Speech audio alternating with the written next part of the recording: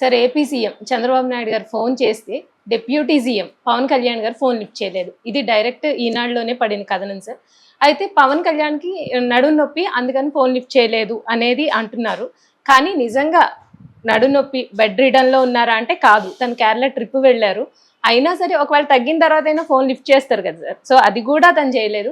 అంటే ఈ ఇష్యూ ఓవరాల్గా చూసుకుంటే చంద్రబాబు నాయుడు గారికి అలాగే పవన్ కళ్యాణ్కి మధ్య మనస్పర్ధలు ఉన్నాయా అనేది తెలుస్తోంది. దీన్ని మీరు ఏం చెప్తారు sir? Yeah Chandrababu Naidu phone చేస్తే పవన్ కళ్యాణ్ ఫోన్ తీయలేదు అని ఈనాడే రాసింది. మామూలుగా సాక్షి రాస్తే మనం వీళ్ళిద్దరి మధ్య గొడవ పెట్టడానికి సాక్షి ట్రై చేస్తుందని అనుకోవచ్చు. ఎందుకంటే సాక్షి కానీ లేకపోతే వైసీపీకి కానీ పవన్ కళ్యాణ్కి చంద్రబాబు మధ్య గొడవ వస్తే బాగుండని వాళ్ళు చూస్తుంటారు. ఎందుకంటే అదేదో సామెత ఉంది కదా, 4 ఆవులు ఐక్యంగా ఉంటే పులి ఏం చేయలేక వెళ్ళిపోతుంది, ఈ 4 ఆవులను ఎలా విడదీయాలని పులి ప్లాన్ చేస్తుంది. సో అంటే ఐకమత్యం ముగ్గురు, ఇప్పుడు 3 పార్టీలు కలవకపోతే జగన్కి ఓడించడం కష్టమైంది చంద్రబాబుకి. ఎందుకంటే ఆల్మోస్ట్ ఈక్వల్ ఓట్ షేరు చంద్రబాబుకి జగన్కి ఉన్నాయి, 40% ఉన్నాయి. ఇది సరిపోదు.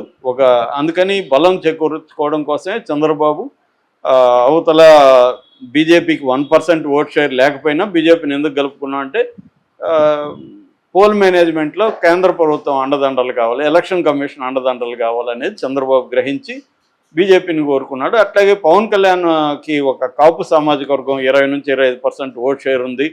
రెండోది కేంద్రంలో పవన్ కళ్యాణ్ అయితే కేంద్ర పార్టీని బీజేపీని ఒప్పించగలడు అని చెప్పి పవన్ కళ్యాణ్ని ఆయన చేశాడు. ఇది జగన్కి తెలుసు ముందు నుంచి, వీళ్ళు కలిస్తే మనం ఓడిపోతామని జగన్కి ముందు నుంచి ఉంది. అందుకని వీళ్ళిద్దరి మధ్య గొడవ పెట్టాలని ఎప్పటి నుంచో వైసీపీ ఉంది.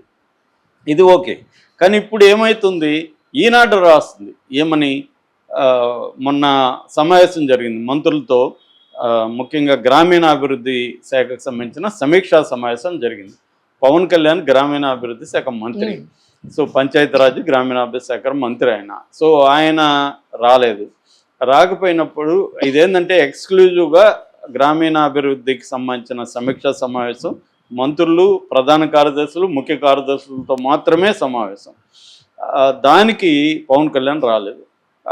అప్పుడు పవన్ కళ్యాణ్ మంత్రి అయిన నాదెండ్ల మనోహర్ చంద్రబాబుతో ఏమన్నాడంటే, సార్ ఆయన 2 వారాల నుంచి తీవ్రమైన నడుము నొప్పితో బాధపడుతున్నాడు, విప్లాష్ ప్రాబ్లం ఉంది ఆయనకి అని చెప్పారు. విప్లాష్ అంటే సడన్గా మెడని మనం వెనక్కో ముందుకో చేయడం వల్ల ఈ బ్యాక్ వెన్నెముక మీద దాని ప్రభావం పడి స్ట్రెయిన్ అయిపోతుంది. అది కొన్ని రోజులు టెంపరీగా, కొన్ని రోజులు ఉండొచ్చు, కొన్ని వారాలు ఉండొచ్చు, ఒక్కొక్కసారి సివియర్గా కూడా అవ్వచ్చు ఆ ప్రాబ్లం, విప్లాష్ ప్రాబ్లం. మరి పవన్ కళ్యాణ్కి ఎంత సివియర్ మనకు తెలియదు. అని 2 వారాలు అంటే కొంత సివియర్ అని, మరీ మైల్డ్ అయితే కాదు. 2 వారాలుగా ఆయన బెడ్ రిడన్ సార్ అని ఆయన చెప్తే, దానికి చంద్రబాబు ఏమన్నా అంటే, నేను ఆయనకి ఫోన్ చేశాను, అందుబాటులోకి రాలేదు, ఇప్పుడు ఎలా ఉంది ఆయనకు అని ఈయన అడిగాడు. ఇప్పుడు బాగానే ఉంది సార్ అని చెప్పాడు. ఇది ఎప్పుడు జరిగింది? మంగళవారం. బుధవారం తెల్లారితో పవన్ కళ్యాణ్ ఇక్కడ బేగంపేట ఎయిర్పోర్ట్ నుంచి ప్రత్యేక విమానంలో కొచ్చికి వెళ్ళాడు.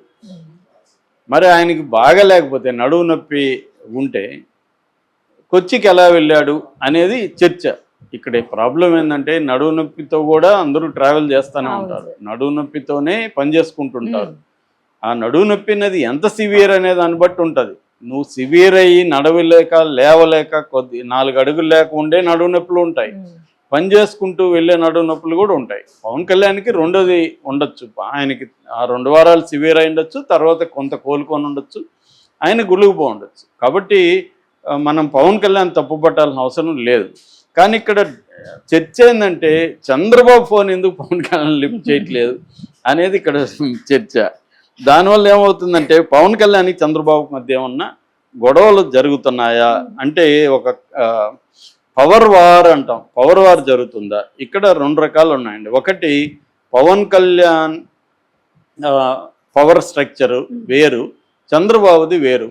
చంద్రబాబు ఏంటంటే, ఆయన ఒక లాంగ్ టర్మ్ ప్రణాళిక దృష్టిలో పెట్టుకొని షార్ట్ టర్మ్లో కాంప్రమైజెస్కి సిద్ధమవుతాడు ఆయన. పవన్ కళ్యాణ్ ఏంటంటే, పవన్ కళ్యాణ్కి కాంప్రమైజ్ అవ్వాల్సిన అవసరం ఇప్పుడు లేదు. పవన్ కళ్యాణ్కి కూడా short term goal, long term goals ఉంటాయి. ఎవరికైనా రాజకీయాల్లో ఈ 2 ఉంటాయి. వాటిని స్ట్రాటజీ అండ్ టాక్టిక్స్ అంటారు. అంటే షార్ట్ టర్మ్ ప్లాన్స్ని టాక్టిక్స్ అంటారు, లాంగ్ టర్మ్ ప్లాన్స్ని స్ట్రాటజీ అంటారు. ఇది వార్ఫేర్లో నుంచి వచ్చిన టెర్మినాలజీ. కమ్యూనిస్టులు కూడా వాడుతుంటారు దీన్ని. సో మావో అయితే ఆన్ టాక్టిక్స్ అనే బుక్ కూడా రాశాడు, ఎత్తుగడలు మీద పుస్తకం కూడా రాశారు.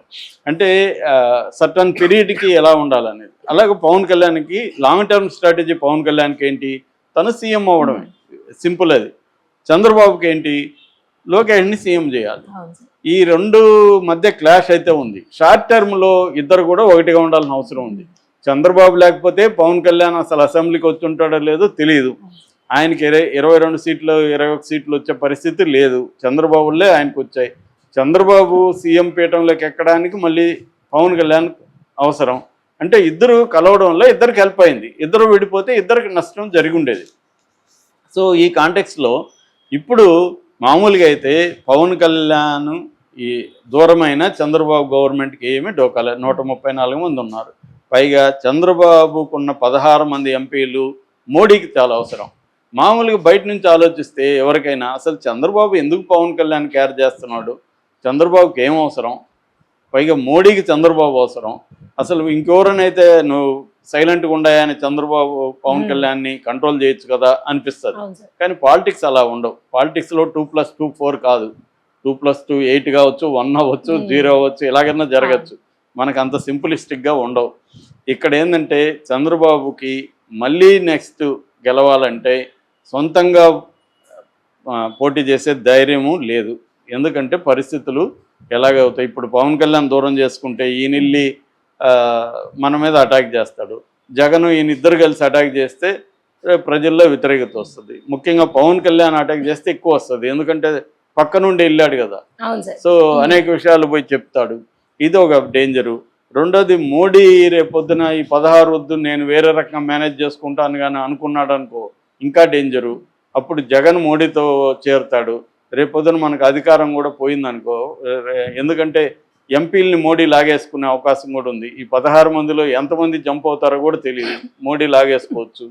ఇవన్నీ జరిగితే రేపు మళ్ళీ మనకు ప్రమాదం. మళ్ళీ మనకి ఏదో ఒక ఆల్రెడీ కేసులు ఉన్నాయి. ఏదో ఒక కేసులో మనం జైల్లో పెట్టారండి. సీఎంని జైల్లో పెట్టడం అనేది ఏముంది, మోడీకి ఆల్రెడీ అలవాటు అయిపోయింది. హేమంత్ సోరెన్ పెట్టలేదా, కేజ్రీవాల్ని పెట్టలేదా, అంతకుముందు జయలలితను పెట్టలేదా, లల్లు ప్రసాద్ని పెట్టలేదా, చాలామందిని ఆయన పెట్టాడు. ఆయనకు అలవాటే. రేపు చంద్రబాబును కూడా పెట్టరని గ్యారంటీ. ఇవన్నీ చంద్రబాబుకు తెలుసు కాబట్టి పవన్ కళ్యాణ్ని భరిస్తున్నాడు. ఈ విషయం పవన్ కళ్యాణ్కి తెలుసు. నేను నీ అవసరం ఉంది, నువ్వు నన్ను భరిస్తావు అని తెలుసు కాబట్టి పవన్ కళ్యాణ్ కేర్ చేయట్లేదు.